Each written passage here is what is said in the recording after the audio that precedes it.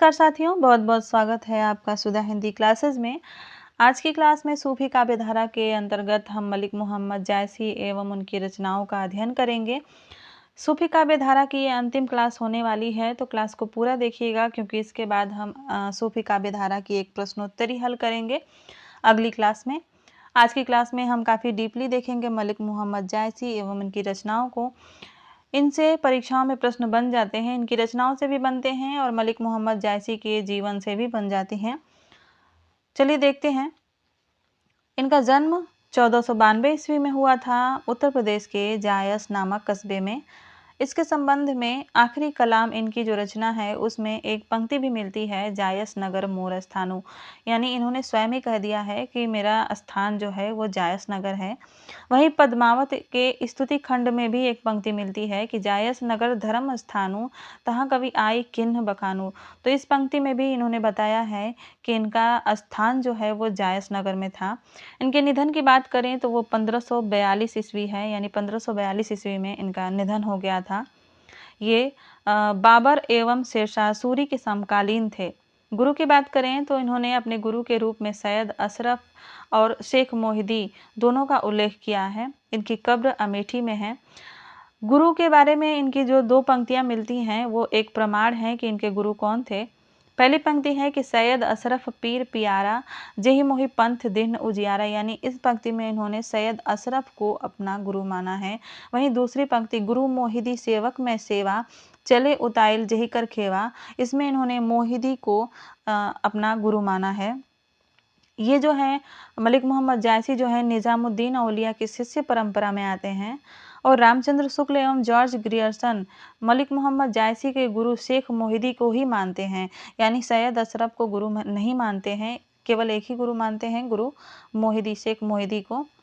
मलिक मोहम्मद जायसी कुरूप थे, सुंदर नहीं थे, तो शेरशाह सूरी की सभा में इनका अपमान हो गया था और इसी के प्रत्युत्तर में उन्होंने निम्न पंक्तियां कही थी जो परीक्षाओं में पूछी जाती हैं।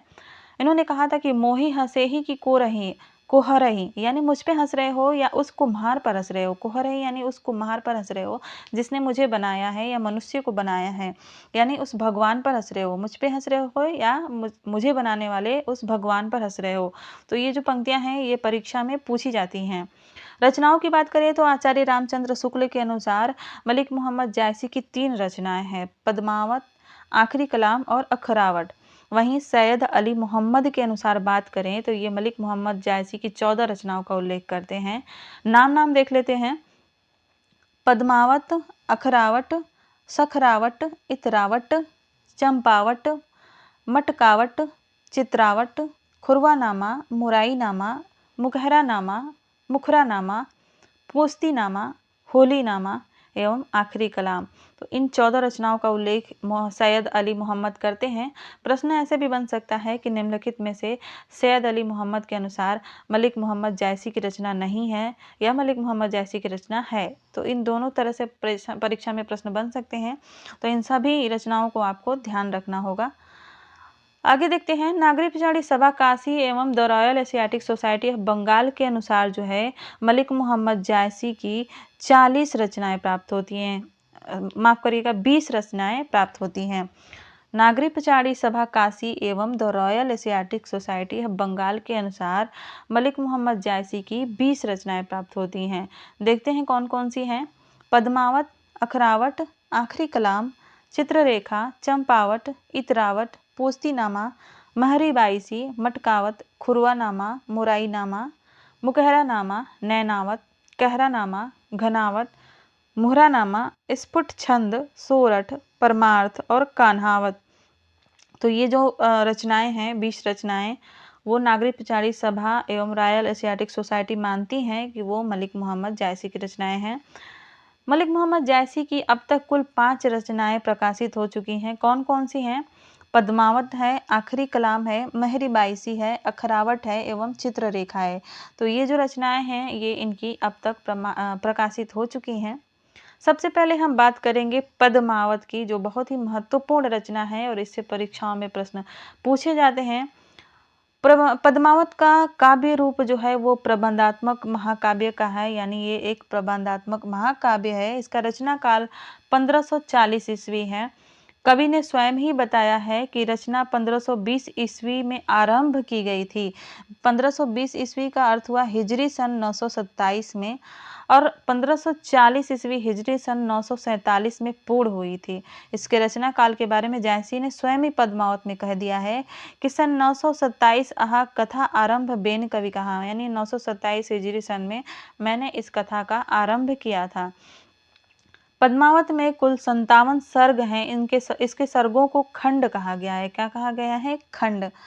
और प्रथम खंड का नाम स्तुति खंड है, द्वितीय खंड का नाम सिंघल द्वीप खंड है, तीसवां खंड बहुत ही इंपॉर्टेंट है, नागमती वियोग खंड। प्रश्न बन सकता है कि नागमती वियोग खंड पद्मावत का कौन सा खंड है? तो वो आंसर हो जाएगा तीसवां खंड। 57वां खंड है पद्मावती एवं नागमती सती खंड। पद्मावत का अनुवाद आलो उजाला ने बांग्ला भाषा में किया था।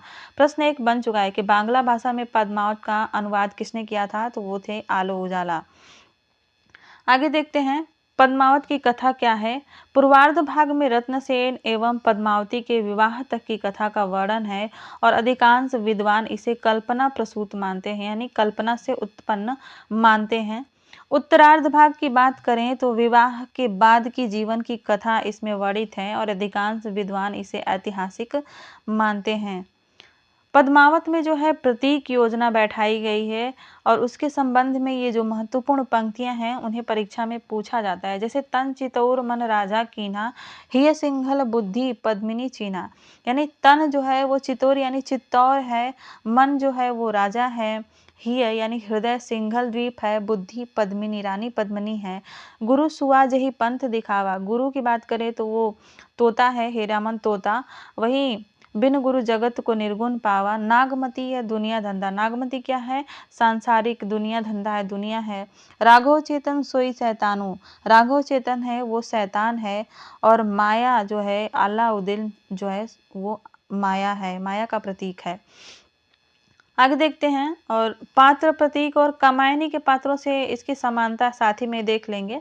जो लोग यूजीसी नेट की परीक्षा दे रहे हैं या उसकी तैयारी कर रहे हैं उनके लिए ये क्लास इंपॉर्टेंट हो जाएगी। ये बीच के तथ्य इंपॉर्टेंट हो जाएंगे। तुलना करने पे काफ़ी चीज़ें समझ में आ जाती हैं। तो अगर बात करें पद्मावत के पात्र की, जो उसमें चित्तौड़ है वो शरीर का प्रतीक है। और वहीं अगर कामायनी की बात करें तो उसमें सारस्वत प्रदेश जो आता है वो शरीर का प्रतीक है। रत्नसेन जो राजा है वो आत्मा यानी मन का प्रतीक है। वहीं कामायनी में मनु जो है वो मन के प्रतीक है। नागमती जो है वो सांसारिक बुद्धि के प्रतीक है। वहीं इड़ा भी, कामायनी की इड़ा भी सांसारिक बुद्धि के प्रतीक है।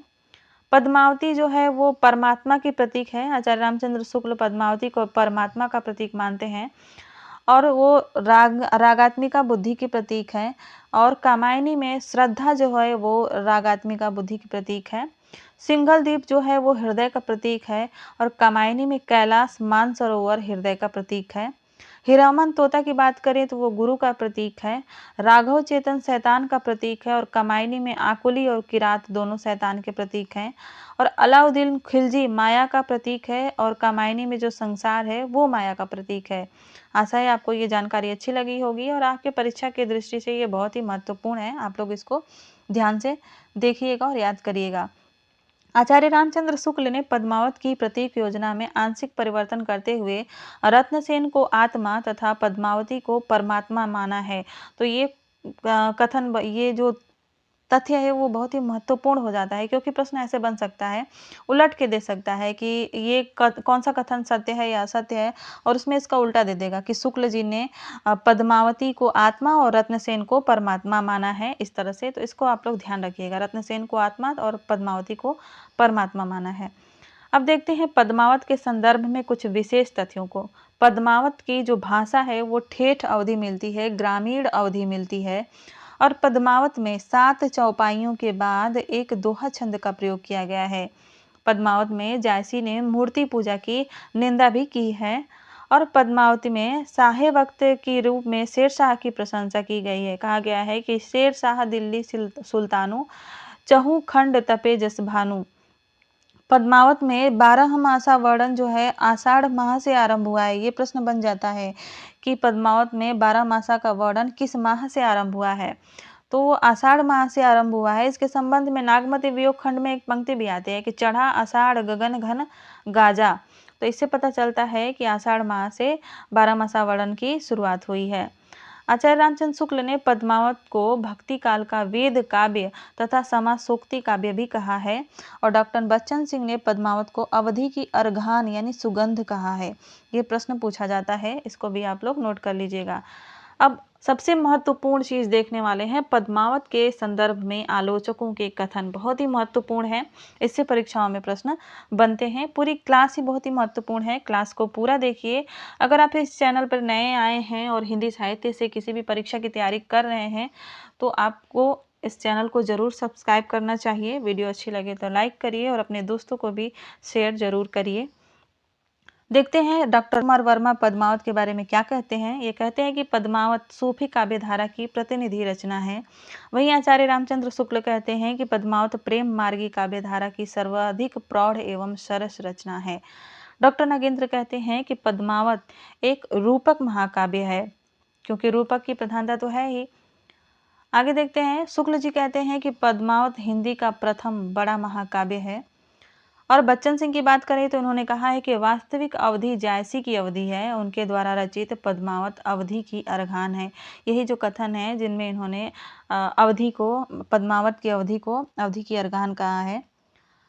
डॉक्टर रामस्वरूप चतुर्वेदी की बात करें तो ये कहते हैं कि यदि वियोग श्रृंगार की दृष्टि से विचार करें तो पद्मावत हिंदी ही नहीं अपितु विश्व की सभी भाषाओं में रचित वियोग श्रृंगार रस की कृतियों में एक श्रेष्ठ रचना सिद्ध होती है।